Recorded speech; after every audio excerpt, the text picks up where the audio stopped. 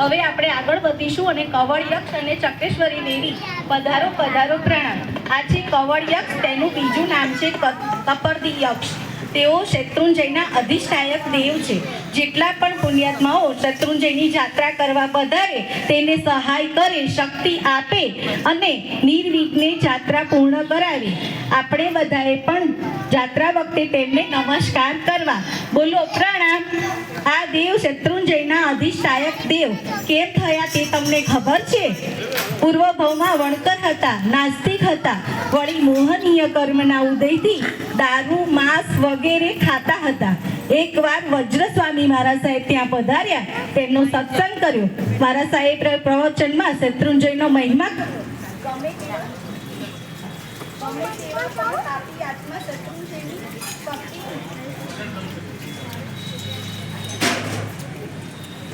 ગમે તેવા પણ પાપી આત્મા શત્રુંજયની ભક્તિથી પુણ્યશાળી બને છે. આ વણકરને જૈન ધર્મ પ્રત્યે અને શત્રુંજય પ્રત્યે ખૂબ જ માન થયું. ગુરુ મહારાજ સાહેબ પાસે નિયમ કર્યો કે કોઈ પણ વસ્તુને ગાંઠ મારી ત્યાંથી આહાર પાણી ત્યાગ, ગાંઠ છોડીએ પછી વપરાય. એકવાર ભૂલથી રેશમની ગાંઠ દોરીને ગાંઠ બાંધી, જ્યારે છોડવા ગયા તો છૂટી જ નહીં. પોતાના નિયમમાં ચુસ્ત રહ્યા, અડગ રહ્યા, શત્રુંજયના ધ્યાનમાં લીન થઈ ગયા.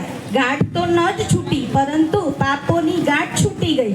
મરીને શત્રુંજયના અધિષ્ઠાયક દેવ થયા. વળી આ છે ચક્રેશ્વરી દેવી. તેઓ આદિનાથ ભગવાનના અધિષ્ઠાયક દેવી છે. તેમને પણ પ્રણામ કરીએ. બોલો પ્રણામ. તમે જ્યારે પણ શત્રુંજય તીર્થમાં જાઓ ત્યારે શાંતિના દાદાના દર્શન કરી અને આ કવળ યક્ષ અને ચક્રેશ્વરી દેવીના દર્શન જરૂરથી કરજો. બોલો પ્રણામ.